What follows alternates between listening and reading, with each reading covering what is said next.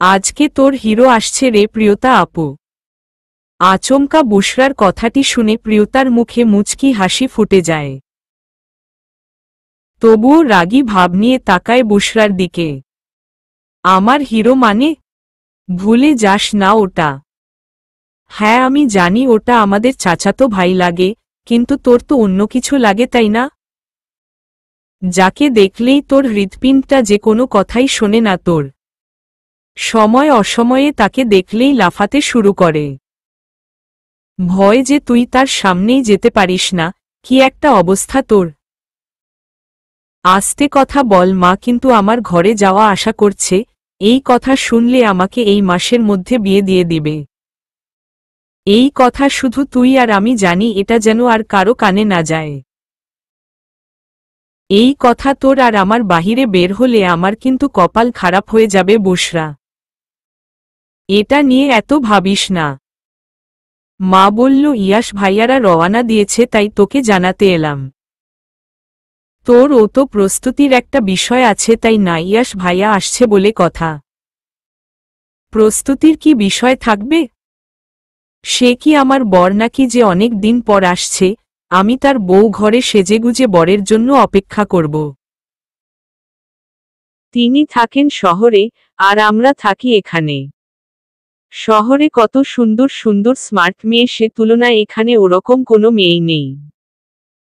তাহলে সেখানকার সুন্দরী রেখে আমায় কেন দেখবে সে? আর তার ছবি বা যে কোনো পোস্টের কমেন্ট বক্স দেখেছিস তুই মেয়েদের কত শত কমেন্ট। তাকে যেহেতু সবাই চেনে জানে, এরকম তো হবেই। তুই অপেক্ষা কর, হয়তো সন্ধ্যায় চলে আসবে। আমি আমার ঘরে গেলাম, পড়া বাকি আছে অনেক। আরশি আসার পর তো আমার আর পড়াই হবে না। এবার যেন তোদের মিলমিশটা হয়েই যায়, আমি অনেকদিন ধরে অপেক্ষায় আছি।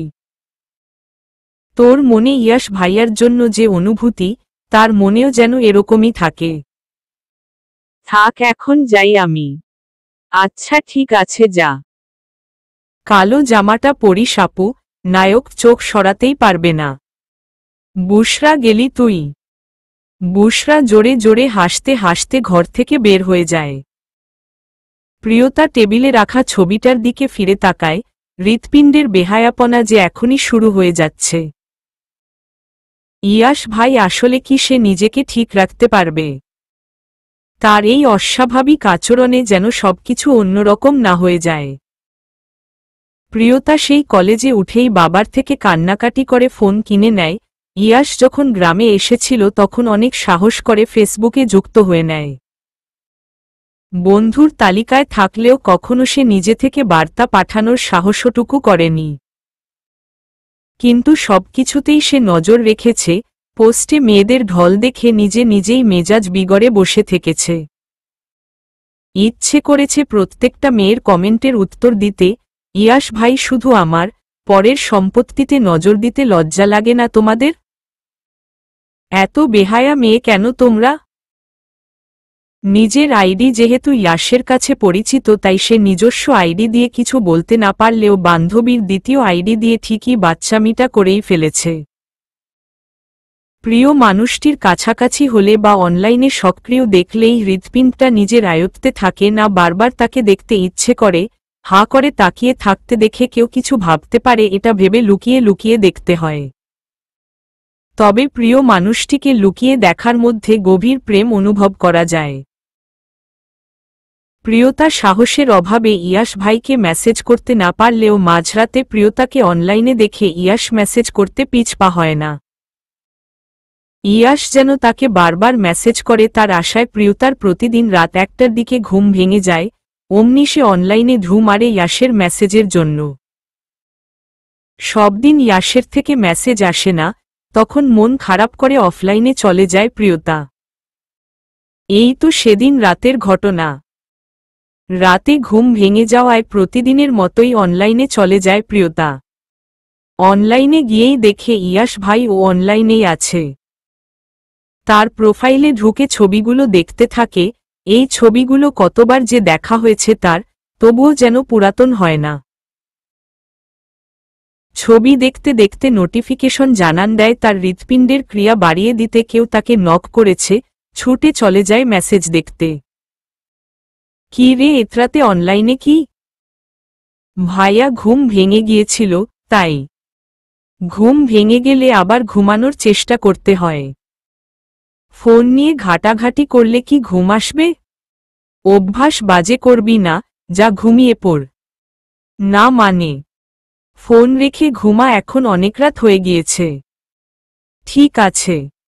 ভাইয়া, আরশি, বড় আব্বু, বড় আম্মু কেমন আছে?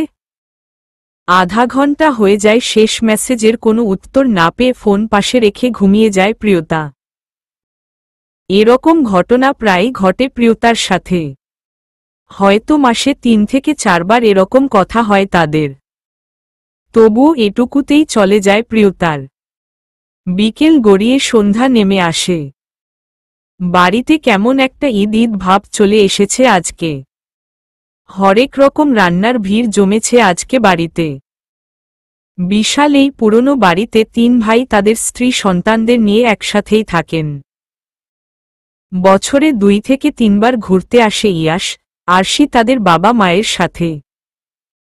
সপ্তাহখানেক থাকতে পারে, এর বেশি কোনো বারই থাকা সম্ভব হয়নি তাদের। আর তারা যখনই এসেছে তখনই যেন বাড়িটা আর বাড়ির মানুষগুলো নিজেদের আনন্দ, ভালো থাকা, পূর্ণতা খুঁজে পেয়েছে। রান্না প্রায় শেষের দিকে, তখন প্রিয়তা আর বুশরাকে ফ্রেশ হয়ে নিতে বলে বড়রা, কারণ এতক্ষণ তারা দুজন ও রান্নায় সাহায্য করেছে। যেতে বলার সাথে সাথে বুশরা আর প্রিয় রান্নাঘর থেকে বের হয়ে চলে যায়। রাত 8টা। বাড়ির সামনে গাড়ি এসে থামার শব্দ শুনতেই প্রিয়তা বসা থেকে দাঁড়িয়ে যায়। বুকে হাত দিয়ে দাঁড়ানো দেখে বুশরা মুখ চেপে হাসতে থাকে। থামবি তুই, হাসছিস কেন ফিকফিক করে?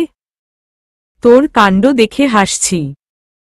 এতদিন দেখেছি ছেলেদের হৃদক্রিয়া বেড়ে যায়, এ ব্যাপারে তাদের সাহস অনেক কম, কিন্তু তুই তো আমার ধারণা ভুল প্রমাণ করে দিলই রে আপু। যা বাহিরে যা, তুই সবাই চলে আসছে, দেখা কর গিয়ে। তুই যাবি না? আমি পরে যাব, তুই যা। বুঝেছি তোর যাওয়ার সাহস, শক্তি কোনোটাই নেই এখন, হিহি। বুশরা। প্রতি পরিবারের জন্য 3টা করে রুম বরাদ্দ করে রাখা এই বাড়িতে। সবার সাথে বাহিরের ঘরে কথাবার্তা বলে ইয়াশ নিজের রুমে চলে যায়। রুমটা ভীষণ সুন্দর করে পরিষ্কার করে সাজিয়ে রাখা হয়েছে। রওয়ানা দেওয়ার আগেই আসার বিষয়টি জানানো হয়েছে, এত জলদি এত কিছু করা হয়ে গেছে। বিছানায় ব্যাগটা রেখেই শুয়ে পড়ে ইয়াশ। বাড়ি এসে ছোট বড় সবার সাথেই দেখা হয়েছে, শুধুমাত্র প্রিয়র সাথে দেখা হয়নি ইয়াশের। কারণ প্রিয়তা তো সাহস করে সামনেই যেতে পারেনি তার। ইয়াশ মনে মনে ভাবছে প্রতিবার মেয়েটা এরকম করে তার সাথে। সবাই তার পিছু ছাড়তেই চায় না, আর সে কেন যেন তার সামনেই আসতে চায় না। এত কেন ভয় পায় তাকে? সবাইকে সবার উপহার দেওয়া হয়ে গিয়েছে, শুধুমাত্র তার জন্য নিয়ে আসা জিনিসটা তাকে দেওয়া বাকি। প্রতিবারই এরকম কিছু হয়, ডেকে এনে তাকে তার উপহার দিতে হয়। এবারও হয়তো তার অন্যথা হবে না। রাত 10টা। এখানে কি করছিস? কথাটি শুনে চমকে যায় প্রিয়তা, তাকিয়ে দেখে ইয়াশ দাঁড়িয়ে আছে। সাথে সাথে যেন হৃৎপিণ্ডের লাফালাফি শুরু হয়ে যায়। ডান হাত দিয়ে বুকে হাত দিয়ে জোরে জোরে শ্বাস নিতে থাকে প্রিয়তা। না মা, মানে আমি এমনি এসেছিলাম, প্রতিদিনই আসি। রাত 10টায় তুই ছাদে আসিস? হ্যাঁ ভাইয়া। বুকে হাত দিয়ে আছিস কেন? না এমনি। সাথে সাথে হাত নামিয়ে নেয়। ঘুমাস কখন? 10:30 বা 11টায়। প্রতিদিন আমি 1টা থেকে 2টা পর্যন্ত অনলাইনে দেখি তোকে। প্রতিদিন 1টায় ঘুম ভেঙে যায়। কেন? তোমাকে অনলাইনে দেখতে। কথাটি বলতে খুব ইচ্ছে হলো, তবে জানি না বলে থেমে গেল। তুই কার মতো হয়েছিস রে? কেন? প্রয়োজন ছাড়া একটা কথাও যে বলিস না দেখছি। আসার পর থেকে সব পিচ্চিগুলো পিছু ছাড়তেই চায় না, আর তুই তো সামনেই আসতে চাস না। মা বাবার সাথে দেখা হয়েছে? আমি যে পিচ্ছি না তাই হয়তো। হ্যাঁ, কথা হয়েছে সবার সাথে। কখন হলো? এই তো খাওয়ার সময়। আপনি রুমে ছিলেন? ও আচ্ছা, তুই বোধ হয় আগে আমার সাথে তুমি করে বলতি। না, আপনিতেই ছিলাম। তারপর? পরীক্ষা কেমন হয়েছে? ভর্তি হবি কোথায় এবার? বাবা তো বলছে উপজেলার একটা কলেজে ভর্তি করে দেবে, কিন্তু আমার তো শহরে ভালো একটা বিষয় নিয়ে পড়ার ইচ্ছে ছিল। আচ্ছা, আমি তোর বাবাকে বলে দেব। তুই আমাদের ওখানে থেকে পড়াশোনা করবি, আরশি তো কানাডায় চলে যাচ্ছে 2 মাসের মধ্যে। তুই থাকলে মার একটু ভালো লাগবে। না, না, আমি হোস্টেলেই থাকব, প্রতি সপ্তাহে বড় আম্মুর সাথে দেখা করে আসব, আপনি শুধু বাবার সাথে একটু কথা বলে দেখুন। আচ্ছা, আমি কথা বলবো। এবার যা অনেক রাত হয়ে গিয়েছে, ঘুমিয়ে পড় গিয়ে। সকালে আমার সাথে দেখা করিস, তোর উপহার আমার কাছে রয়ে গেছে, সবারটা তো দেওয়া হয়ে গিয়েছে। আচ্ছা, ঠিক আছে। প্রিয়তা নিজের রুমের উদ্দেশ্যে পা বাড়ায়, ইয়াশ তাকিয়ে দেখতে থাকে, মেয়েটা প্রয়োজন ছাড়া একটা কথাও বলে না, সামনেও আসতে চায় না, ভয় পায়। এরকম হলে চলবে কিভাবে?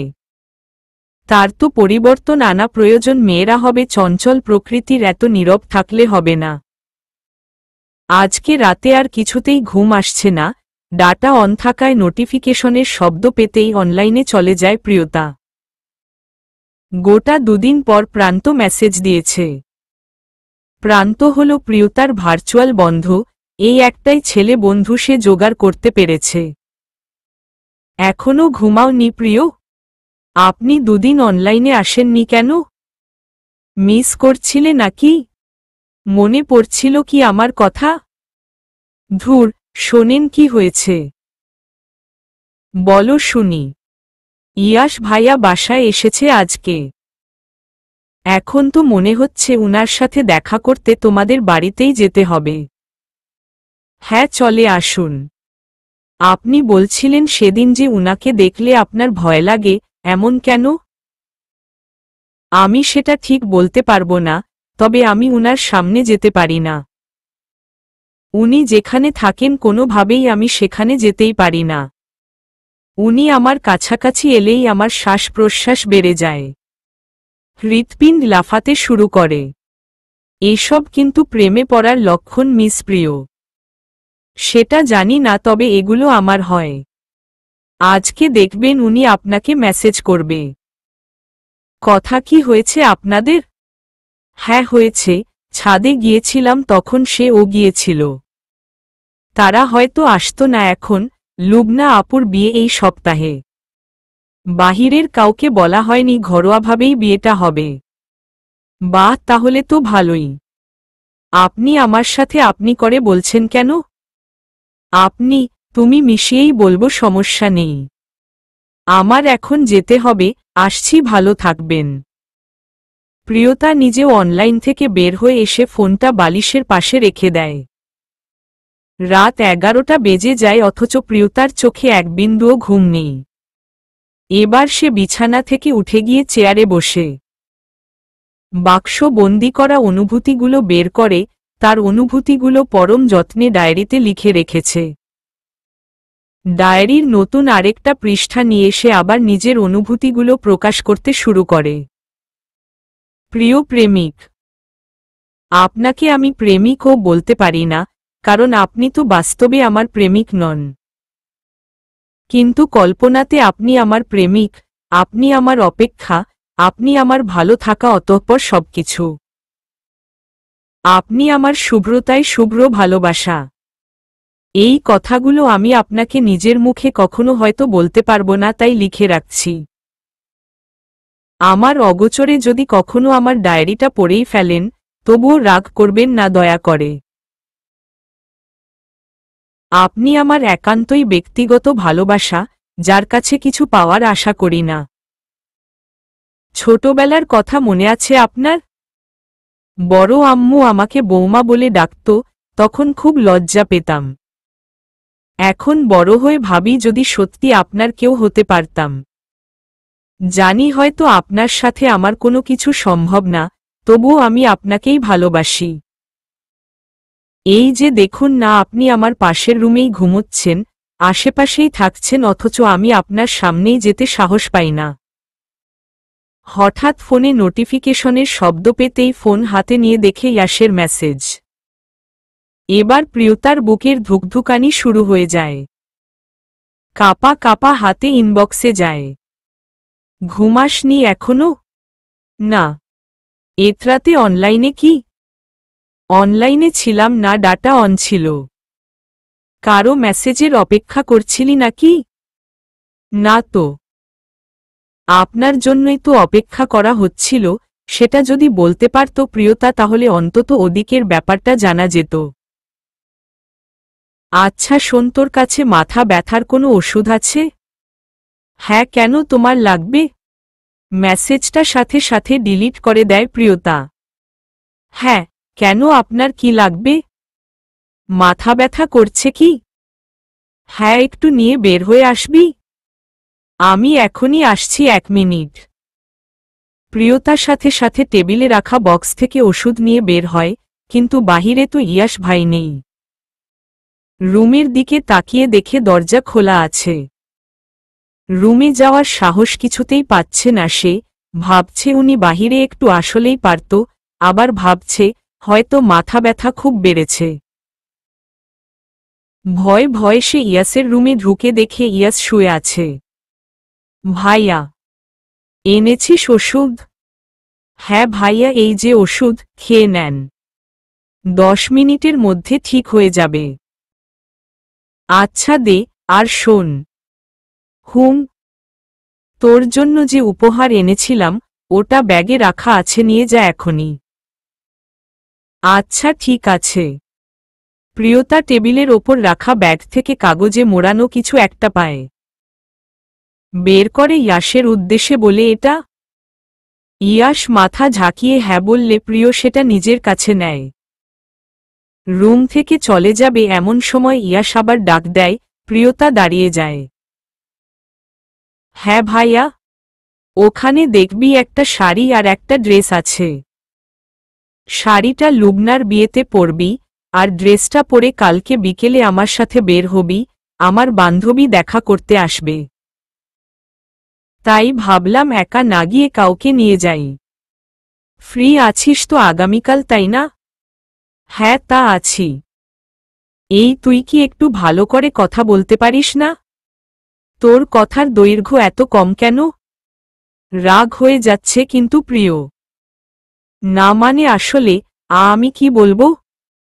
কি বলবো মানে? তুই মন খুলে কথা বলতে পারিস না? এত ছোট ছোট কথা না বলে ভালোভাবে তো একটু বলতে পারিস, তাই না? কত মেয়েরা আমার সাথে কথা বলার জন্য কি না করে, আর তোকে কথা বলার জন্য বলতে হয়। সরি ভাইয়া। আবার সরি।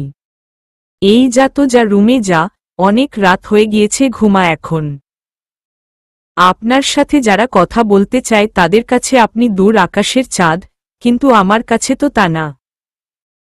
ছোটবেলা থেকে আপনাকে দেখেছি, এক বাড়িতে বড় হয়েছি। যদিও আপনি আমার সিনিয়র, তবুও একই পরিবেশে তো বড় হয়ে ওঠা। আর তারা তো আপনাকে কখনো দেখেনি, মিশেনি, তাই ওরা ওরকম করে। এবার তো কথা খুব বলতে পারলেন। মুখ দিয়ে কোনো কথা তো বেরই হয় না, আবার যখন বের হয় তখন তেতো আর জঘন্য কথা বের হয়। ভালো করে আমার সাথে কথা বললে বলবি, নয়তো কথাই বলতে আসবি না। এবার রুমে গিয়ে আমাকে উদ্ধার করুন। কথাটা বলেই প্রিয়তার দিকে তাকিয়ে দেখতে পায় প্রিয়তার চোখ টলমল করছে, হয়তো এখনই কোনো বাধা না মেনে শ্রাবণের বাড়িধারা নেমে পড়বে। না, এখন মেয়েটাকে কাঁদানো ঠিক হবে না। আমি কি কিছু বলতেও পারবো না? তোর চোখে পানি কেন? ও কিছু না, এভাবে কথা বললে একটু পানি তো আসতেই পারে চোখে। আমার বুঝি খারাপ লাগে না? যাক, এবারে হয়েছে, এভাবেই বলার চেষ্টা করবি। এখন নিজের রুমে যা তাড়াতাড়ি, কেউ এতরাতে তোকে আমার রুমে দেখে নিলে অন্য কিছু ভাববে। কি ভাববে? বাহ, প্রশ্ন করার সাহসও হয়ে গেল। যা রুমে যা, মেসেজে বলছি। ঠিক আছে। প্রিয়তা রুম থেকে বের হয়ে নিজের রুমে চলে আসে। উপহারের ব্যাগ থেকে শাড়ি আর জামা বের করে দুই হাতে নিয়ে গালের সাথে লাগায় আর বলে, আপনার পছন্দ কখনো বাজে হতেই পারে না ইয়াশ ভাই। আপনি এত এত পছন্দের জিনিসের ভিড়ে আমাকে পছন্দ করে নিলেও তো পারেন, আর কত ছোট ছোট ট্রিট করবেন। আপনি আমাকে যতটা ছোট ভাবেন আমি ততটা ছোট না ইয়াশ ভাই। আপনাকে সর্বস্ব দিয়ে ভালোবাসতে যতটা বড় হওয়া প্রয়োজন ততটুকু বড় আমি অনেক আগেই হয়ে গিয়েছি। যদি আপনি এত শাসন না করে আমার ভালোবাসা একটু বুঝতেন। ফোনে শব্দ হতেই সাথে সাথে হাতে নিয়ে দেখে ইয়াশ আবার মেসেজ করেছে। উচ্চ মাধ্যমিক ও দিয়েছি, সেবার অনার্সে ভর্তি হবি, আর এটা জানিস না যে একটা প্রাপ্তবয়স্ক ছেলের রুমে একটা প্রাপ্তবয়স্ক মেয়েকে এতরাতে দেখলে কি ভাবতে পারে? ইয়াশের মেসেজটা দেখে এবার যেন প্রিয়তার আরেকটু ছোট হতে ইচ্ছে হচ্ছিল, কথা বেশি বলতে ইচ্ছে হচ্ছিল, ইয়াশ ভাইকে বুঝিয়ে দিতে ইচ্ছে করছিল যে সেও জানে, খুব ভালো করে বিষয়টি জানে, এবার যে একটু চঞ্চল হতেও মন চাইল প্রিয়তার। যদি তাকে বলে দেওয়া যেত আমি সব বুঝি ইয়াশ ভাই, শুধু সাহসের অভাবে বুঝিয়ে দিতে পারি না আপনাকে। আমি তো আপনার বোন, আপনার মাথা ধরেছিল শুধু ওষুধ দিতে গিয়েছিলাম, প্রয়োজন পড়লে আরও অনেক কিছু করতাম। প্রথমত তুই আমার চাচাতো বোন, নিজের আপন বোন না।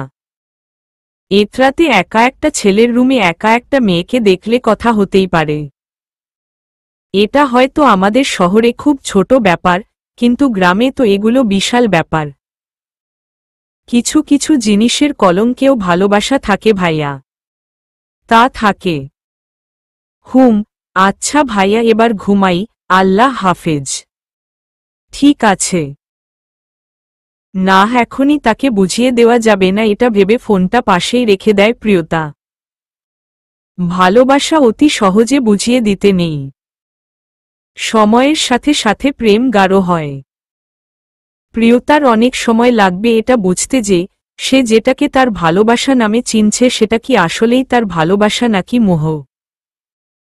প্রিয়তার বয়স এখন 20 পার করেছে, তবুও তার নিজেরই ভয় লাগে সত্যি যদি এটা মোহ হয়, তাহলে কি করবে সে? নিজের চেয়ে আর কাউকে যে বেশি ঠকানো হবে না। প্রিয়তা মনে মনে ভাবে, আপনি আমার প্রিয় প্রেমিক, আপনাকে আমি কোনোভাবেই মোহ বানাতে চাই না। আপনি আমার শৈশবের লজ্জা, কৈশোরের ভালো লাগা আর এখন আমার ব্যক্তিগত প্রেম, শুধু আমার। ইয়াশের কথা ভাবতে ভাবতে সে কোনো একসময় ঘুমিয়ে যায়। ছোট বাচ্চাদের মতো উপহারগুলো বুকে জড়িয়ে শুয়ে পড়ে প্রিয়তা। এদিকে ইয়াশ ভাবছে প্রিয়তার কথা। সে কি তার শাসন বা কথাবার্তায় কিছুই বোঝে না যে সে প্রিয়তাকে ঠিক কতটা পছন্দ করে? প্রিয়তা কি এতটাই অবুঝ, কিছুই বুঝতে পারে না? প্রতিদিন মাঝরাতে যখন প্রিয়তাকে অনলাইনে দেখা যায়, সে বারবার প্রিয়তার প্রোফাইল ঘুরে বেড়ায় আর একটা মেসেজের অপেক্ষা করে। কিন্তু না, বাড়িতে আসলে সে সামনেই আসতে চায় না, মেসেজে আর কি কথা বলবে? যতই তোকে ভালোবাসি না কেন, তোর মনের খবর না জেনে তোর কাছে আমার আমি নামক বইটির একটা পৃষ্ঠাও খুলব না প্রিয়। ভালোবাসলেই সেটা প্রকাশ করতে হবে, যাকে ভালোবাসি তাকে জানিয়ে দিতে হবে আমার মাঝে এমন কোনো ব্যাপার নেই। এতদিন যেহেতু তোর জন্য অপেক্ষা করছি, তোর মনে কেউ আছে কি না সেটা জেনেই তারপর আমার ভালোবাসার অবস্থানের কথা ভাবব। আমি জোর করে তোকে চাইব না কখনো, ভালোবাসার মানুষকে জোর করে কাছে পেতে নেই, তাকে খোলা আকাশে উড়িয়ে দিতে হয়। ভালোবাসা আর ভালোবাসার মানুষের প্রতি টান থাকলে ঠিক সে আপন ঠিকানায় ফিরে আসবেই।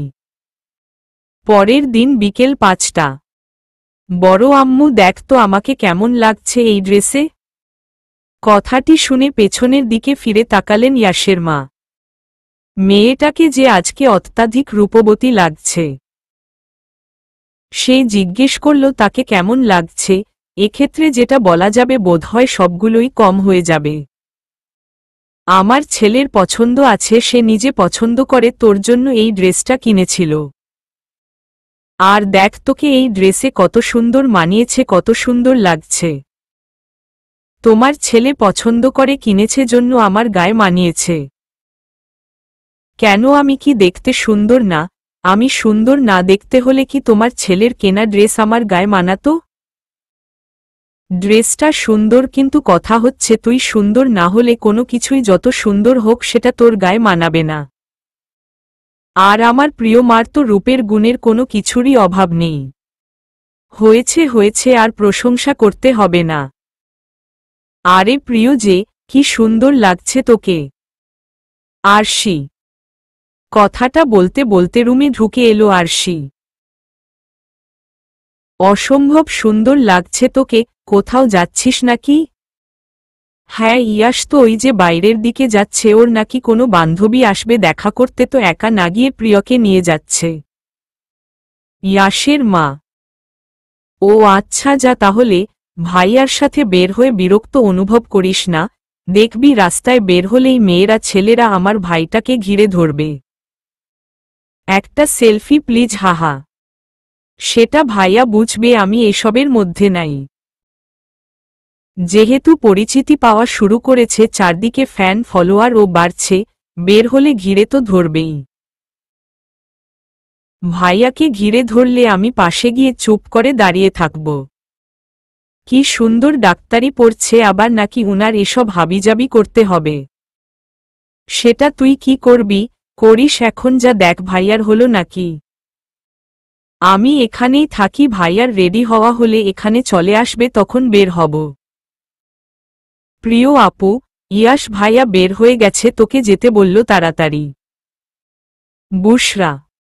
কখন বের হয়ে গেল রে? আমাকে ডাকলেই তো পারত। ভাইয়া রুম থেকে বের হওয়ার সময় আমার সাথে দেখা, তাই আমাকে বলে দিল তোকে যেন তাড়াতাড়ি বের হতে বলি। আচ্ছা ঠিক আছে বড় আম্মু আর আরশি আপু, আমি গেলাম তাহলে। ঠিক আছে, যা বের হ।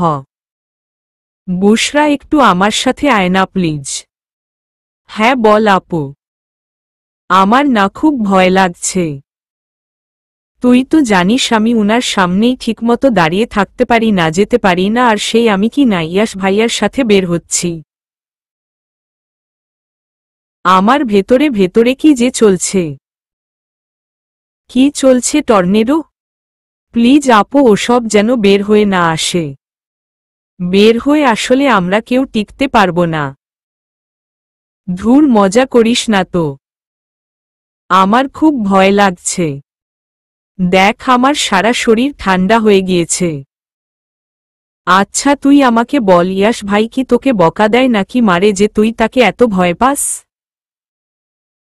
আমরা বাসায় থাকি 4-5টা ভাই বোন, আমরা সবাই তার জন্য কত পাগল, আর তুই ভালোবাসিস ঠিক আছে, সেটা একটু করে প্রকাশ তো করতে হবে তাই না? ভালোবাসা প্রকাশ, তাও আবার ইয়াশ ভাইয়ার কাছে, আমি পারবো না রে। প্রকাশ না করলে তার অবস্থাটা বুঝবি কি করে? আমার তো মনে হয় সে ও তোকে পছন্দ করে, কত যত্ন করে নিজে পছন্দ করে ড্রেস নিয়ে আসছে। সে সবার সাথেই ভালো ব্যবহার করে, মিশে, তোদের ও তো কত ভালোবাসে। কিছু হলেই শাসন করে। আর আমাকে করে না বলছিস? আরে এত কথা না, যা তো। যাব, কিন্তু ভয় লাগছে। সাহস নিয়ে বের হ, আর কি হয় না হয় বাসায় এসে আমাকে সব বলবি। না বললে তোর মাকে বলে তোর বিয়ে দিয়ে দেওয়াবো। শুধু শুধু ব্ল্যাকমেইল। যা, এসে বলবো আমি এখন আসছি। প্রিয়তা বাড়ির বাহিরে এসে দেখে ইয়াশ ভাই তার জন্য গাড়ির সামনে দাঁড়িয়ে অপেক্ষা করছে। ইয়াশকে দেখামাত্র যেন প্রিয়তার পা আর সামনে এগোচ্ছে না। এমনি তো ইয়াশকে দেখলে প্রিয়তার হৃৎপিণ্ড বেহায়াপনা শুরু করে, তার উপর আবার উনাকে কালো রঙের পোশাককে পরতে বলেছে। প্রিয়তা এগোতে চেয়ে ও এগোতে পারছে না। জোরে জোরে শ্বাসপ্রশ্বাস শুরু হয়ে গেছে, সাথে হৃৎপিণ্ডের দ্রুত ক্রিয়া, পুরো শরীরটায় যেন এক প্রকার ঝাঁকুনি বয়ে গেল, শরীরটাও কাঁপছে। এগোতে না পেরে মাথা নিচু করে ঠায় দাঁড়িয়ে রইল প্রিয়তা। কি হলো, ওখানে দাঁড়িয়ে আছিস কেন? তাড়াতাড়ি আয়, গাড়িতে ওঠ, দেরি হয়ে যাচ্ছে তো। ইয়াশ।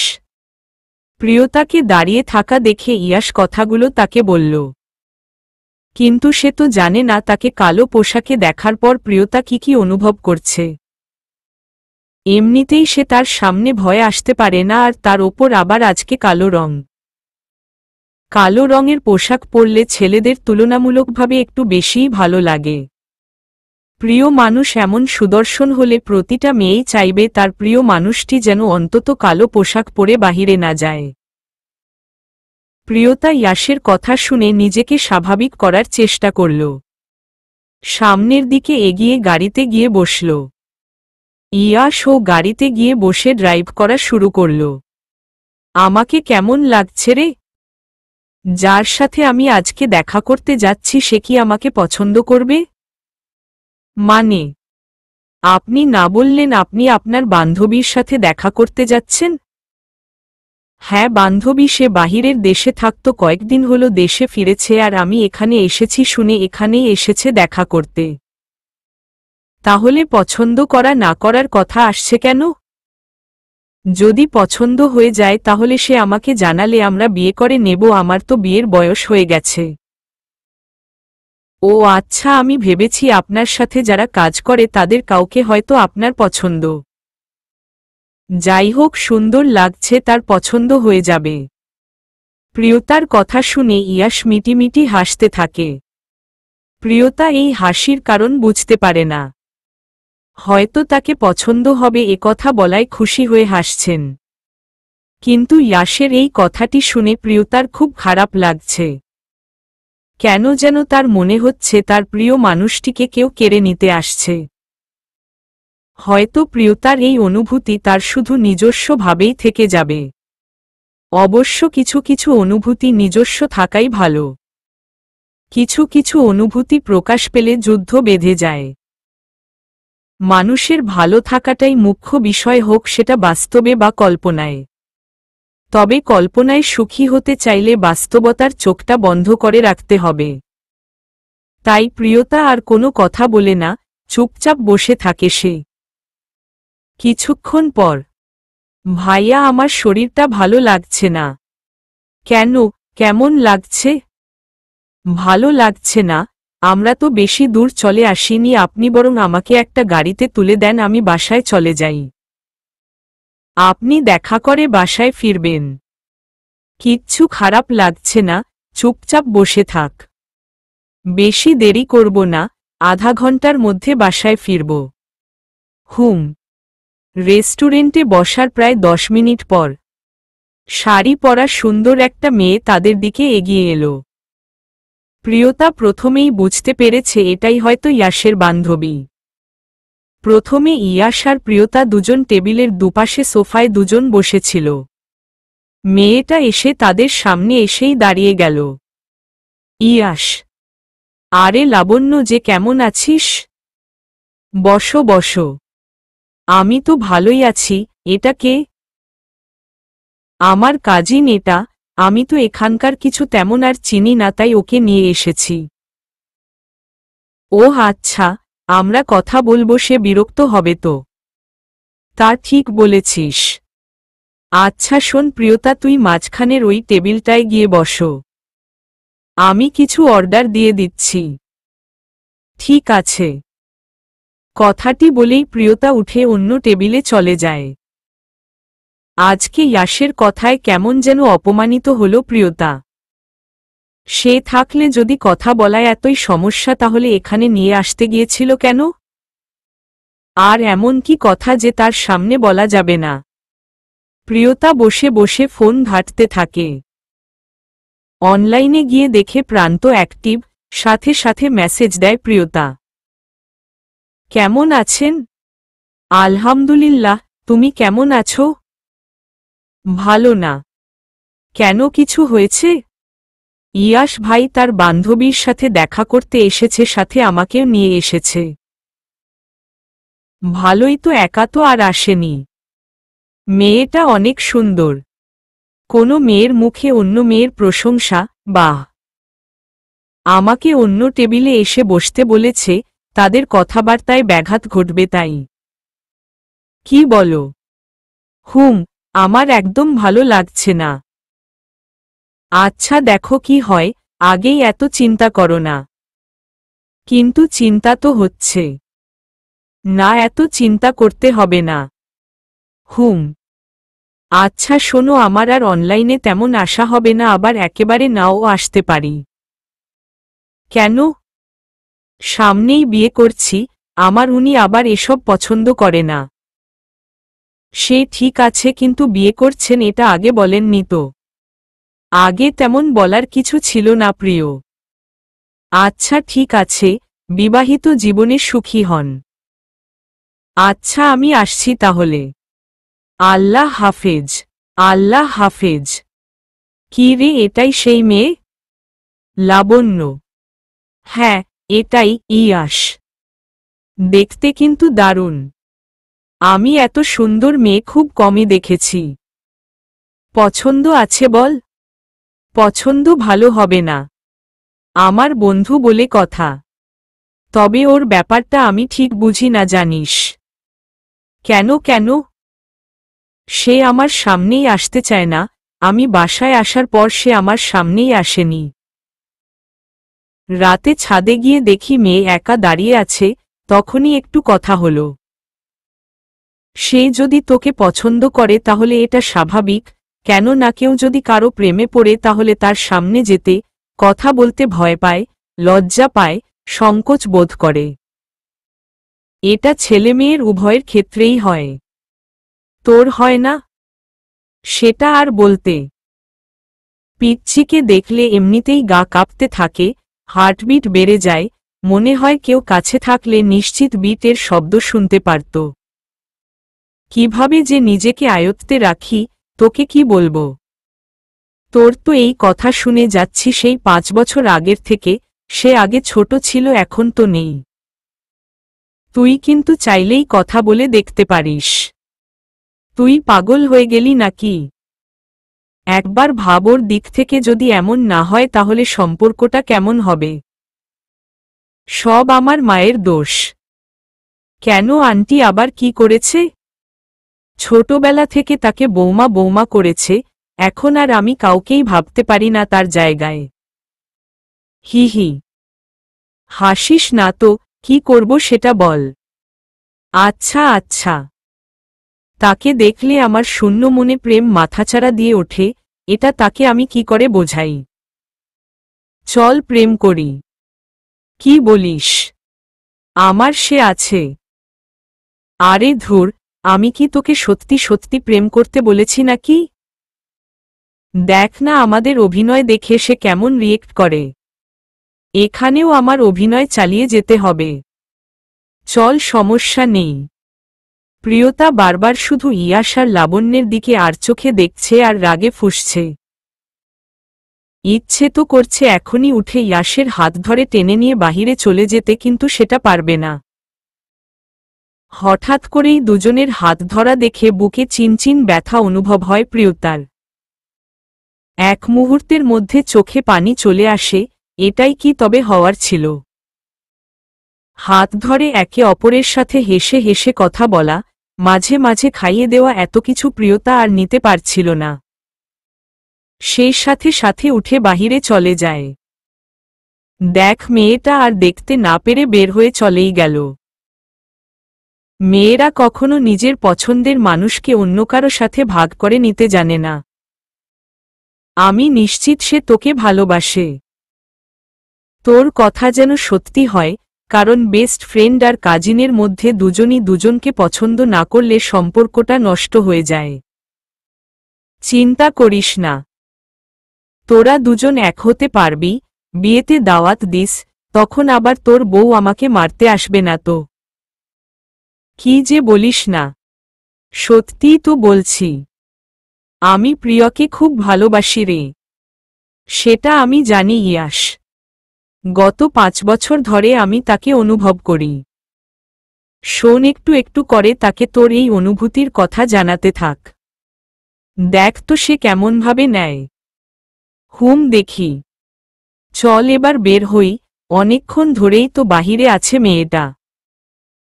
ঠিক আছে, চল আজকের মতো উঠি। লাবণ্য বিদায় নিয়ে চলে গেলে ইয়াশ খেয়াল করে বাহিরে কোথাও প্রিয়তা নেই। সে তাড়াহুড়ো করে গাড়ির কাছে আসে, না এখানেও নেই। আশেপাশে কোথাও নেই দেখে ফোন বের করে প্রিয়তাকে কল দেয় ইয়াশ। কিন্তু তার ফোনও বন্ধ বলছে। ইয়াশ এবার চিন্তায় পড়ে যায়, কোথায় গেল মেয়েটা একা একা। তার কিছু হলে যে ইয়াশ নিজেকে ঠিক রাখতে পারবে না। ইয়াশ গাড়ি নিয়ে বেরিয়ে পড়ে প্রিয়তাকে খুঁজতে। আশেপাশে প্রিয়তাকে না পেয়ে বাসায় ফিরে আসে ইয়াশ। মাথায় যেন চিন্তার সাথে একরাশ অভিমান আর রাগ ভর করেছে তার। দ্রুত হেঁটে প্রিয়তার মায়ের কাছে চলে যায় সে। ছোট মা। হ্যাঁ ইয়াশ বল, তোমার মেয়ে কোথায়? আমি আমার বান্ধবীর সাথে কথা বলছিলাম, এর মাঝে সে উধাও হয়ে গেল। তুই চিন্তা করিস না, আমাকে কল দিয়েছিল। ওর বান্ধবীর বাসায় আছে। কি? আমাকে না জানিয়ে বের হয়ে কেন গেল সে? তুই নাকি ব্যস্ত ছিলি তাই ও বের হয়ে গিয়েছে তোকে না বলে। তুই খুঁজতে পারিস জন্য আমাকে কল দিয়ে বলেছে। কখন আসবে? কালকে বিকেলে আসবে বলল। ওহ আচ্ছা। চিন্তা করিস না, ফ্রেশ হয়ে নে। ঠিক আছে। ইয়াশ রুম থেকে রেগে বের হয়ে যায় কিন্তু তা প্রকাশ করে না সে।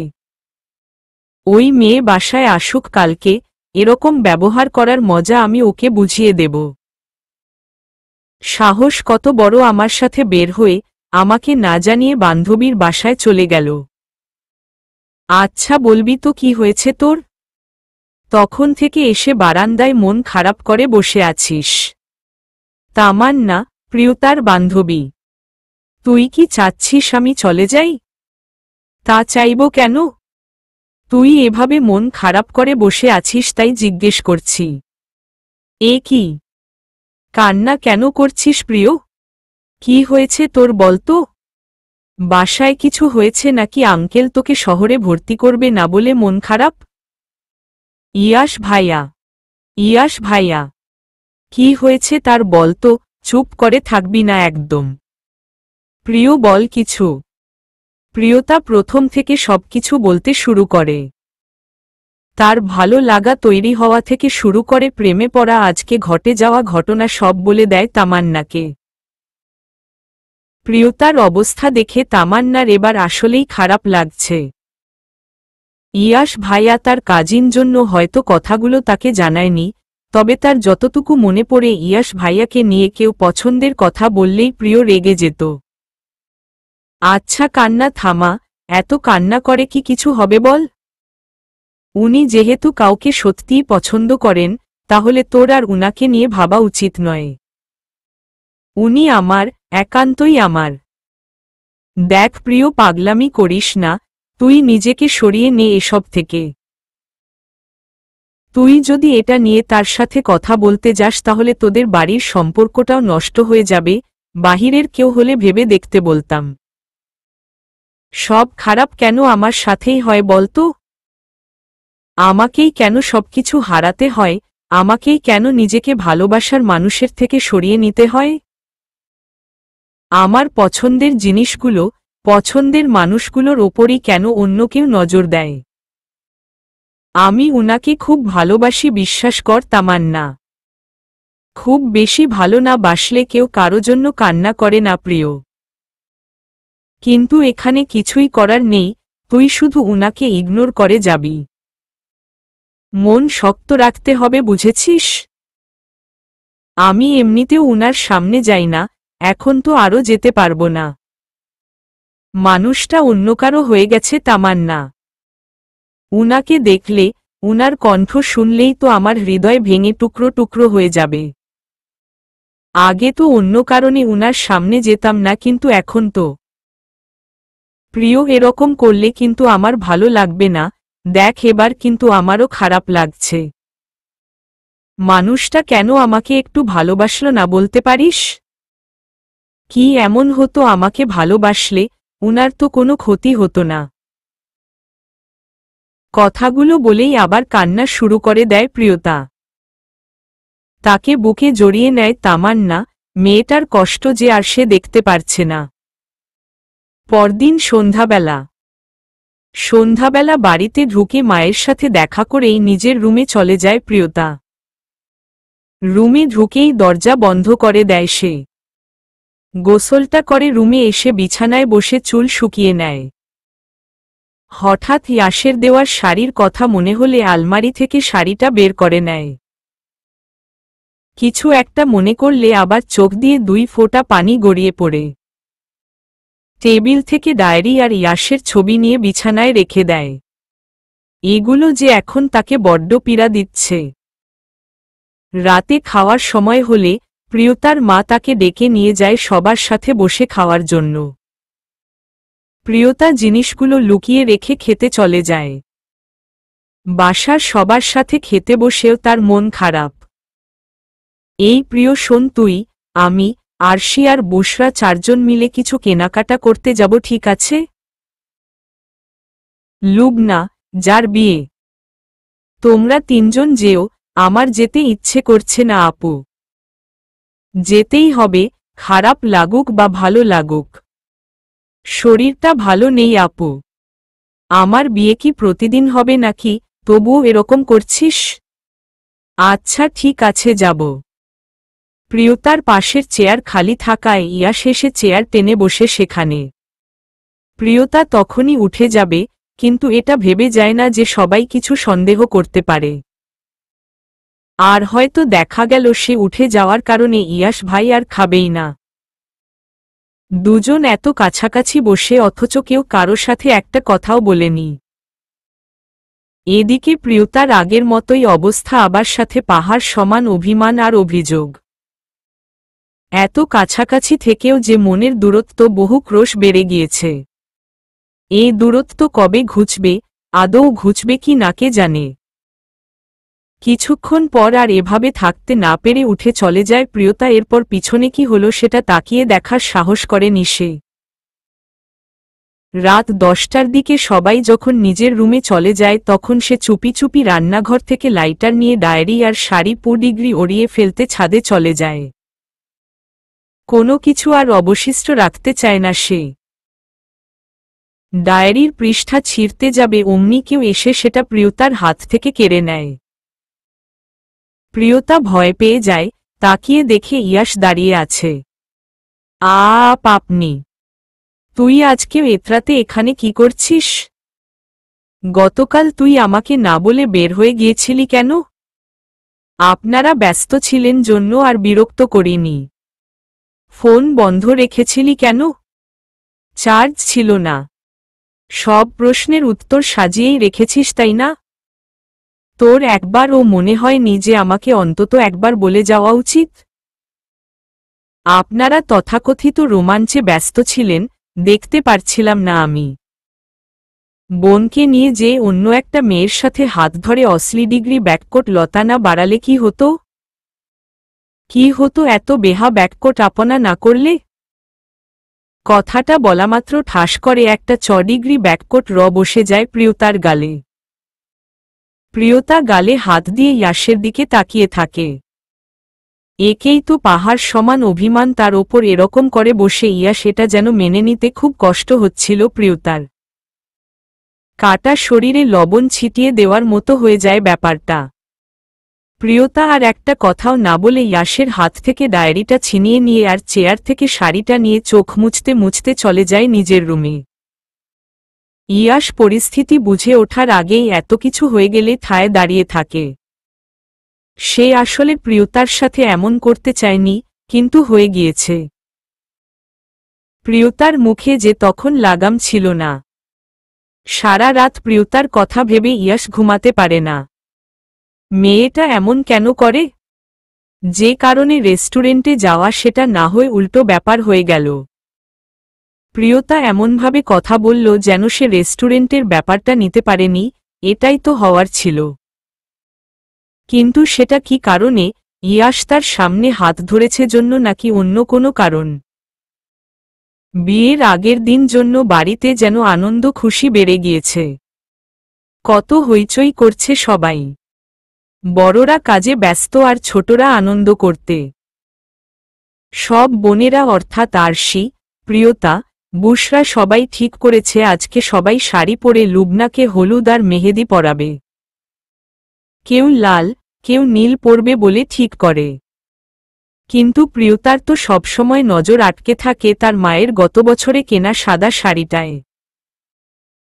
কোথায় বসে সবাই মেহেদি পরাবে, জায়গাটা ঠিক করে সবাই তৈরি হতে চলে যায় কারণ লুবনাকে রেডি করাও শেষ। রাতে সবাই মেহেদি পরা শেষে বসে আছে। সারাক্ষণ বাহিরে থেকে থেকে বাসায় এসে প্রিয়তাকে এই অবস্থায় দেখবে এটা ভাবতেই পারেনি ইয়াশ। সাদা রঙেও যে কম রূপবতী লাগছে না প্রিয়তাকে। এবার যে তার সাথে কথা বলতে ভীষণ ইচ্ছে করছে ইয়াশের। ইচ্ছে করছে আজকেই সব জানিয়ে দিতে। তাকে শাড়িতে দেখে যে প্রণয়ের ঝড় উঠে গিয়েছে ইয়াশের মনে। কাছে পেতে ইচ্ছে করছে, দুদণ্ড চেয়ে দেখতে ইচ্ছে করছে। গল্প করার মাঝে মাঝে হাসিটা যে তার বুকে আঘাত করছে। তার হাসি আর পরনের শাড়ি যে ইয়াশের প্রেমিক সত্তা জাগিয়ে তুলছে। আবার তখনই বাড়ির বড় ছেলের সত্তা জেগে উঠে ধমক দিয়ে বলছে না ইয়াশ, ও তোর চাচাতো বোন, তোর এত বেহায়া হওয়া সাজে না। পরেক্ষণেই আবার প্রেমিক সত্তা জেগে উঠছে, বারবার বলছে এর আগে অনেক এরকম সম্পর্ক হয়েছে আর বিয়েতেও রূপ নিয়েছে।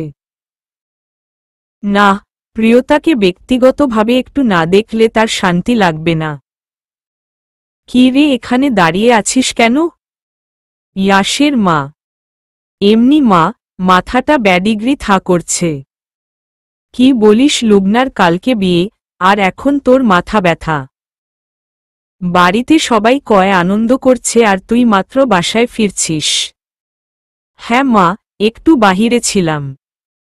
বাড়িতে তো সব মেয়েলি অনুষ্ঠান, আমি কি করব এখানে থেকে?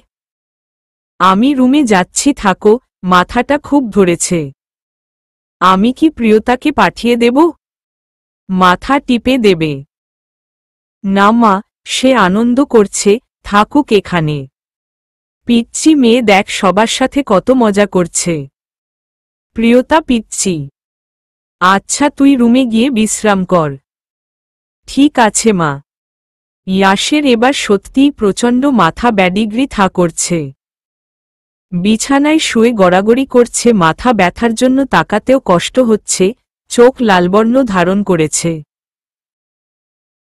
হঠাৎ দরজায় শব্দ শুনে তাকিয়ে দেখে প্রিয়তা, অবশেষে হুড়পড়ি তার দরজায়। ইয়াশ আর তাকিয়ে থাকতে না পেরে চোখ বন্ধ করে নেয়, সেদিনের অভিমান যেন আবার মাথাচাড়া দিয়ে ওঠে।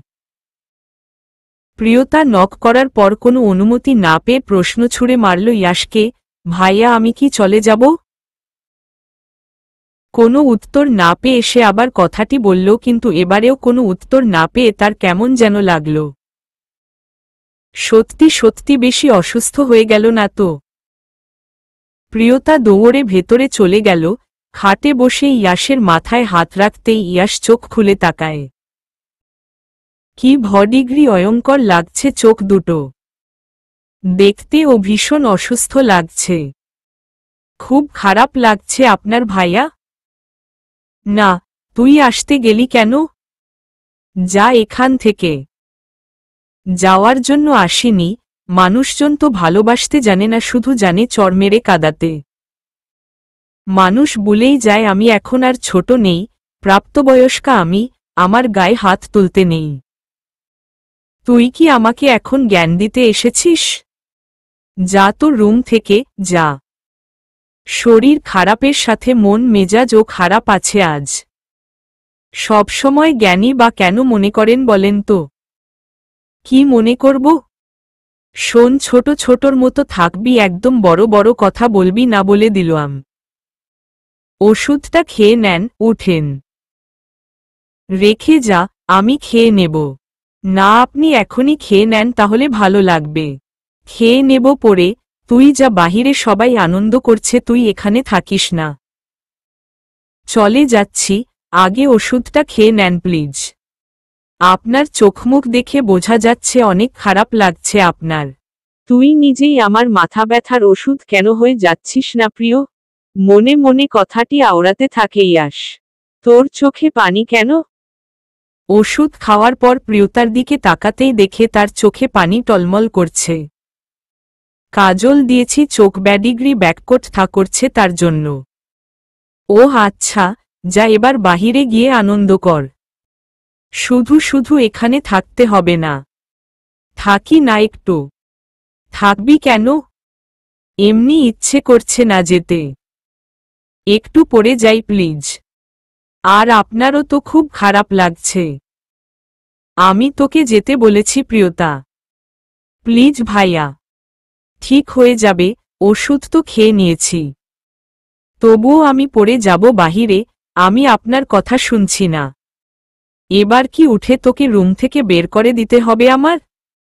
দেখ, বিয়ের আগের দিন অশান্তি করিস না, বের হয়ে যা, সবাই বাহিরের উঠোনে আছে। বাড়িতে একটা মানুষ নেই, কেউ দেখলে খারাপ ভাববে। এত ভয় পান কেন আপনি? ভয় পাই মানে? তোর সম্মানের ভয় না থাকলেও আমার আছে, আর সেটা খুব বেশি পরিমাণে। আপনাদের তো হয়তো আর তাড়াতাড়ি শহরে যাওয়া হবে না। আর যাওয়া হলেও আবার তাড়াতাড়ি ফিরে আসতে হবে। কেন? আরেকটা বিয়েতে আপনাদের যোগ দিতে হবে না? আরেকটা বিয়ে মানে? কিছু না, আমি আসছি। কাউকে সম্মান নষ্টের বিপদে ফেলতে চাই না। আমার না হয় সম্মানের ভয় নেই, সম্মান নষ্ট করতে পারি, আপনি তো তা পারেন না, তাই না? বড় সম্মানের মানুষ আপনি। কথা শেষ না করতেই সেদিনের মতো আরেকটা ডিগ্রি ব্যাককোট অপ্পর পড়ে যায় প্রিয়তার গালে। প্রিয়তা আজকে কোনোভাবেই এটা আশা করেনি। টলমল চোখে গালে হাত দিয়ে বসে থাকে প্রিয়তা। ফোঁটায় ফোঁটায় চোখের পানি গাল বেয়ে পড়তে থাকে তার। ভালোবাসায় এত কষ্ট কেন, কেনই বা এত অভিমান নামক দূরত্ব? একটু ভালো থাকার আহাজারি কেন প্রিয় মানুষটি বুঝতে পারে না। প্রিয়তা চুপ করে ইয়াশের দিকে তাকিয়ে আছে। ইয়াশও কিছু বলতে পারছে না। কেন এত লাগাম ছাড়া কথা বলে সে? ইয়াশ তো তার সম্মানের কথা ভেবেই তাকে চলে যেতে বলেছে, কারণ কলঙ্ক লাগলে নারীর শরীরেই লাগে, পুরুষের না। আজকের পর থেকে আর কখনো আমি আপনার সামনে আসব না। আপনি বলেন না যে আমি আপনার থেকে দূরে দূরে কেন থাকি? এই কারণগুলোর জন্যই। আমি আপনার কাছে আসলেই এমন কিছু বলে ফেলি যেটা আপনার পছন্দ হয় না। এই যে আপনি আজ প্রায় সপ্তাহখানেক এসেছেন, সব মিলিয়ে কি আমাদের 2 ঘন্টাও সময় নেওয়া হয়েছে? অথচ দেখুন কত কিছু হয়ে যায়। তুই কথা বলার সময় একটাবার চিন্তা করে দেখিস না যে তুই কি বলছিস। আমি তো কথা বলতে চাইনি, কথা বলি না, কম বলি, প্রয়োজন ছাড়া কেন কথা বলি না, এখানেও আপনার সমস্যা। আসলে আমি মানুষটাই আপনার জন্য সমস্যা। তোর কথা কম বলাই ভালো, বেশি বললেই তুই লাগামহীন হয়ে যাস। আর কত অপমান করবেন? আমারও যে একটা সম্মান আছে, এটা ভুলে যান কেন আপনি বারবার? আপনার এই অপমান আমি নিতে পারি না, জন্যই কথাগুলো বলি। আশেপাশে আসা তো বাদ দিয়েছিসই, চোখের সামনেও যেন না দেখি আর তোকে। পরের বার এসে আর দেখতে হবে না, তখন অন্য কারো থেকে শুনতে হবে কথা। মেয়ে তো, মেয়ে মানুষের শখ, মন্তব্য, ইচ্ছে, ভালোবাসা কোনোটাই থাকতে নেই। কি বলতে চাইছিস তুই? পরবর্তীতে এসে আমার বিদায় অংশ নিয়েন। আপনাকে ছাড়া কিভাবে সম্ভব হবে বলেন? আমি আপনার শত্রু হয়ে গিয়েছি এখন, শত্রুকে বিদায় তো করতেই হবে, চলে আসবেন। আর সত্যিই আপনার যেহেতু এত সমস্যা, এই প্রিয়তা আর কখনো আসবে না আপনার আশেপাশে। কথাগুলো বলেই প্রিয়তা বের হয়ে চলে গেল। শেষ কথাগুলো যেন ইয়াসের মাথার ওপর দিয়ে গেল। বিদায় দিতে আসবো মানে? বিয়ে মানে ওর কি বিয়ের কথা চলছে নাকি? এটা কিভাবে হতে পারে? না, এটা কিছুতেই হতে পারে না। প্রিয়তা অন্য কারো কিছুতেই হতে পারে না। ইয়াস ঠিক করল আর দূরে নয়, সবচেয়ে কাছে তার প্রিয়তাকেই চাই। প্রিয়তাকে সব জানাবে সে। ভোরবেলা ঘুম ভেঙে যায় ইয়াসের, কিছুতেই ঘুম না আসায় বিছানা ছেড়ে রুমের বাহিরে এসে দাঁড়ায়। রুমের দরজার দিকে তাকাতেই খেয়াল করে দরজা বাহিরে থেকে আটকানো। মানে প্রিয়তা রুমে নেই, এত সকালে কোথায় গেল সে? বাহিরের দরজার দিকে খেয়াল করতেই দেখে দরজাও বন্ধ, তার মানে বাড়ির ভেতরেই আছে। এখানে ওখানে খুঁজে না পেয়ে ছাদে উঠে যায় ইয়াস। ছাদে গিয়েই দেখতে পায় প্রিয়তা একপাশে দাঁড়িয়ে আছে। ইয়াসও এগিয়ে যায় সেদিকে। পিছনে কারো পায়ের শব্দ পেয়ে পিছনে ঘুরে তাকায় প্রিয়তা। প্রিয়তার ঘুরে তাকানো দেখে ইয়াস থেমে যায়। এখানে কি করছিস তুই? আমি কিছু বলেছি প্রিয়তা। প্রিয়তা কোনো উত্তর না দিয়ে চলে যেতে লাগলে ইয়াস তার হাত ধরে আটকে ফেলে।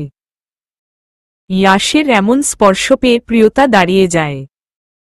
সামনে যাওয়ার আর সাহস হয় না তার। হাতটা ছাড়িয়ে নিতে ইচ্ছে করছিল না, তবুও সে ছাড়িয়ে নিল। কিছু বলবেন? তুই আমার ওপর খুব রাগ করে আছিস তাই না রে? আপনার ওপর কেন রাগ করে থাকব? 2 দিনের খারাপ ব্যবহারের জন্য। ভুল করেছি তাই অমন করেছেন, শেষ। এরকম আর কোনো দিন হবে না।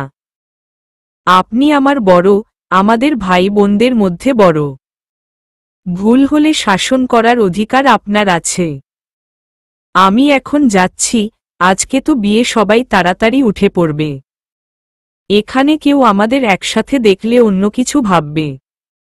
আমি ছোট থাকলে হয়তো কিছু ভাবত না, কিন্তু এখন কি ভাববে? আপনি সেটা ভালোভাবেই জানেন ভাইয়া। আর আমার চেয়ে ভালো বোঝেন ও। তুই এবার আমাদের সাথে শহরে যাবি। না, আমার ওখানে পড়াশোনা করা হবে না। বাবা বিয়ের জন্য পাত্র দেখা শুরু করেছে। যেখানে বিয়ে হবে সেখানেই যদি কোথাও ভর্তি করে দেয় তাহলে পড়ব, নইলে পড়ব না। আমাকে নিয়ে আপনার ভাবতে হবে না। আপনার বিষয়ে আমারই ভাবতে হবে। অপেক্ষা করুন, বিয়েটা হয়ে গেলেই আমি আপনার বাবার সাথে কথা বলছি এই বিষয়ে। আমার বিষয়ে আপনার ভাবতে হবে না বললাম তো। মাথা যেহেতু আছে ভাবতে তো হবেই। আমি আসছি। কথাটা বলতে দেরি হলেও প্রিয়তার যেতে একটুও দেরি হয়নি। ইয়াসকে আর কোনো কথা বলার সুযোগ না দিয়ে দ্রুত চলে যায় সে। ইয়াস দাঁড়িয়ে থেকে তার চলে যাওয়া দেখে আর ভাবতে থাকে এত কিসের অভিমান প্রিয়তার। বড় হয়ে যদি তার বেয়াদবির জন্য শাসন করেও থাকি তাহলে তো পরবর্তীতে ঠিক হয়ে যাওয়ার কথা। কিন্তু সে রেস্টুরেন্ট থেকে আসার পর থেকেই মন খারাপ আর অভিমান করে আছে। তবে কি আমি যা ভাবছি সেটাই? সেটা কি করে হয়, কিন্তু সেটাই যদি হয় আমার চেয়ে বেশি খুশি আর কিছু হবে না। ইয়াস সরাসরি বড়দের সাথেই কথা বলবে ভাবল, সে আর এভাবে দিন কাটাতে পারছে না। অনেক দিন তো হলো এই একপাক্ষিক ভালোবাসা, তারও তো ইচ্ছে করে সে যাকে এত ভালোবাসে সেও তাকে ভালোবাসুক, তার কাছে আসুক। ইয়াস এবার নিজেও ছাদ থেকে চলে যাওয়ার প্রস্তুতি নেয়। আজ লুবনার বিয়ে, বাড়ি ভর্তি মানুষ। সবাই নানা রকম কাজে ব্যস্ত হয়ে গিয়েছে। ইয়াস ও সারাদিন ব্যস্ততার মধ্যে কাটিয়েছে, বাড়ির বড় ছেলে বলে কথা। সারাদিনে সে একটাবার ও প্রিয়তাকে দেখতে পায়নি। দুপুরের শেষ ভাগ, প্রায় বিকেলে সব কাজ শেষ করে ফ্রেশ হতে যাবে। কারণ হয়তো যখন তখন বরযাত্রী চলে আসবে, ওখানে আবার উপস্থিত থাকতে হবে। ইয়াস রুমে এসে নিজের ফোনটা বিছানার ওপর পায়, কারণ সে ইচ্ছে করেই নিয়ে যায়নি। যখন তখন যে কেউ প্রয়োজনে অপ্রয়োজনে বারবার ফোন দিয়ে বিরক্ত করে। ফোন হাতে নিয়ে দেখল স্নেহা 4 বার ফোন দিয়েছে, একবার রিসিভ করা হয়েছে। কিন্তু ফোন রিসিভ কে করল? ইয়াশ সাথে সাথে স্নেহাকে কল দেয়, আর কল রিসিভও হয়। স্নেহা কল দিয়েছিলে? হ্যাঁ, কিন্তু পরে একটা মেয়ে রিসিভ করে বলল তুমি ব্যস্ত আছো। আর কিছু বলেছে? মানে কে সে? না, সেটা বলে নাই, জিজ্ঞেস করল যে আমি কে। আমিও বলে দিয়েছি আমি ইয়াশের প্রেমিকা। কি? তুমি আমার প্রেমিকা কিভাবে হলে? যখন তখন যাকে তাকে যা তা কেন বলে বেড়াচ্ছ? আমি তো মজা করে বলেছি। আমি তো জানি তোমার বিষয়টা। আর আমার মনে হয় তোমার সেই কল রিসিভ করেছিল, বিষয়টি দেখে নিও। রাখছি। তার মানে প্রিয়তা কল রিসিভ করছিল। এবার বিষয়টা সত্যি সত্যি দেখতেই হচ্ছে। ইয়াশ ফোনটা রেখে ফ্রেশ হতে চলে যায়। দুপুরের দিকে বুশরা আর প্রিয়তা লুবনাকে নিয়ে পার্লার থেকে বাসায় ফিরে আসে। বরযাত্রী ও আসার সময় হয়ে গিয়েছে। তাড়াতাড়ি লুবনাকে রুমে বসাতে হবে। প্রিয়তা লুবনাকে রেখে নিজের রুমের দিকে যেতে থাকে। পাশের রুম থেকে ইয়াশের ডাক শুনে দাঁড়িয়ে যায় সে। ভেতরে আসবি একটু? ইয়াশ। না। না মানে? আপনার মান সম্মান নষ্ট হয়ে যেতে পারে। আবার শুরু করলি? বলেন কি বলবেন? ইয়াশের সামনে গিয়ে। ফোন রিসিভ করেছিস কেন? কার ফোন? ওহ আচ্ছা, আপনার আরেকটা প্রেমিকা। মানে পুরাতনটা? যেই হোক, তুই কেন আমার ফোন রিসিভ করবি? আমি তো কথা বাড়াইনি, শুধু জিজ্ঞেস করেছিলাম কে আপনি। বলল ইয়াশের গফ এতটুকুই। ও আমার বান্ধবী হয়, তোকে মজা করে বলেছে। আচ্ছা। আচ্ছা। হ্যাঁ, তো কি বলবো? ভাইয়ের ব্যাপারে ইন্টারেস্ট দেখিয়ে লাভ আছে আমার?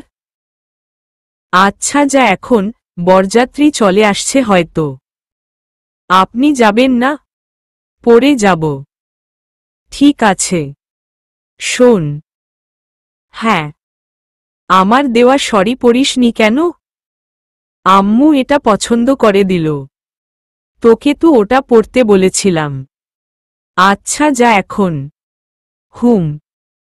রুম থেকে বের হয়ে চলে যায় প্রিয়তা। ইয়াশ ভাবতে থাকে, প্রিয়তা যে তার দেওয়া শাড়ি পরবে এটা বেশি বেশি ভাবা হয়েছিল। তার সাথে যে আচরণ করা হয়েছে এরপরও ওটা সম্ভব না। বিয়াইন আপনার রূপের আগুনে কিন্তু ভীষণ জ্বলছি, তাড়াতাড়ি কিছু করেন। বরের ভাই হুমায়ুন। পানি নিয়ে আসবো বেয়াই? প্রিয়তা। পানি না নিয়ে এসে একটু প্রেম নিয়ে আসলেও তো পারেন বেয়াইন। প্রেম কি আর সবার জন্য বলেন বেয়াই? শুধু আমার জন্য হলেই হয়। এটা অলরেডি কারো জন্য রাখা হয়ে গিয়েছে বেয়াই, দেরি করে ফেলেছেন। সেটাই মনে হচ্ছে। থাকেন বেয়াই, পরে কথা হবে। আচ্ছা ঠিক আছে। প্রিয়তা চলে যাওয়ার পর ওখানে ইয়াশকে দেখতে পাওয়া যায়, তার মানে ইয়াশ এতক্ষণ সব কথা শুনেছে। তার মুখের অবস্থা দেখে মনে হচ্ছে রেগেও গিয়েছে। বিয়ে সম্পন্ন হয়ে গেলে এবার চলে যাওয়ার পালা। বরযাত্রীর সবাই গাড়িতে উঠে গিয়েছে। কিন্তু হুমায়ুন কি যেন মনে করে গাড়ি থেকে নেমে সোজা প্রিয়তার কাছে এলো। ইয়াশ পিছেই দাঁড়িয়ে ছিল, ছেলেটার এমন কাজ দেখে ইয়াশ রাগে ফুঁসছে। একটু এদিকে আসুন তো, একটা কথা আছে। হুমায়ুন। কি কথা? প্রিয়তা। আপনাদের বাড়ির একজনকে আমার খুব মনে ধরেছে। তার সাথে আমার কথা হয়নি, আপনার সাথে হয়েছে তাই বলছি। ওই পাশে ডানে দেখুন, কালো পোশাকে যে দাঁড়িয়ে আছে। ওহ আচ্ছা, সমস্যা নেই, আপনি আমার নম্বর রাখুন। আমি আপনার কাজ করে দেব। সত্যি? হ্যাঁ। প্রিয়তার নম্বর নিয়েই এবার গিয়ে গাড়িতে উঠে বসে হুমায়ুন। অতঃপর এক বাড়ির মেয়ে অন্য বাড়ির বউ হয়ে কর্তব্য পালন করতে অগ্রসর হয়। সারাদিন বাড়ি ভর্তি মানুষ ছিল, এখন একটু হালকা লাগছে। প্রিয়তা ইয়াসের ওপর এতটাই অভিমান করে আছে যে তার দেওয়া শাড়িটা পরেনি। অন্য একটা শাড়ি পরে সারাদিন ঘুরেছে সে। কিন্তু এবার চেঞ্জ করা দরকার, অনেক রাতও হয়ে গিয়েছে। বসার রুমটা একদম ফাঁকা, সবাই নিজেদের রুমে চলে গিয়েছে। আত্মীয়দের বাড়ি কাছাকাছি হওয়ায় সবাই নিজ নিজ বাড়িতে চলে গিয়েছে। এখন বাড়ির অবস্থা দেখে মনেই হচ্ছে না কিছুক্ষণ আগেও বাড়ি ভর্তি মানুষ ছিল। প্রিয়তা নিজের রুমের দিকে পা বাড়ায়, হঠাৎ আচমকা কেউ হাত ধরে টান দিয়ে পাশের রুমে চলে যায়। রুমের সামনের লাইট অফ থাকায় বোঝা যায় না। কে? প্রিয়তা। কে? কথা বলছেন না কেন? এক হাত দিয়ে প্রিয়তার মুখ চেপে ধরে অন্য হাত দিয়ে দরজা আটকে দেয় অন্ধকারে থাকা ব্যক্তি। দরজা কেন বন্ধ করছেন? কে আপনি? দেখুন আমি কিন্তু চিৎকার করব। কর। সানি। বাহ, চিনে ফেললে এত তাড়াতাড়ি? ভালোই হলো, সানি প্রিয়তার প্রতিবেশী। প্রিয়তাকে সবসময় বিরক্ত করে। আমাকে এখানে কেন নিয়ে এসেছেন? আমার বাড়িতে আমাকে? হ্যাঁ, তোমার বাড়িতেই যান। তুমি তো আমাকে দেখ না, আজকে আমি তোমাকে দুচোখ ভরে দেখব। আজকে আমার হাত থেকে কেউ বাঁচাতে পারবে না। দেখুন উল্টাপাল্টা কথা না বলে আমাকে ছাড়ুন, নইলে কিন্তু খুব খারাপ হয়ে যাবে। প্রিয়তাকে আর কোনো কথা বলতে না দিয়ে পকেট থেকে পাতলা ওড়না বের করে সেটা দিয়ে প্রথমে মুখ এবং পরে হাত বেঁধে দেয়। প্রিয়তা পেরে উঠেনি তার সাথে। কেন যেন মনে হচ্ছে তার বাড়িতেই তার সম্মান নষ্ট হতে চলেছে। এক ধাক্কায় বিছানায় ফেলে দেয় প্রিয়তাকে। চলবে।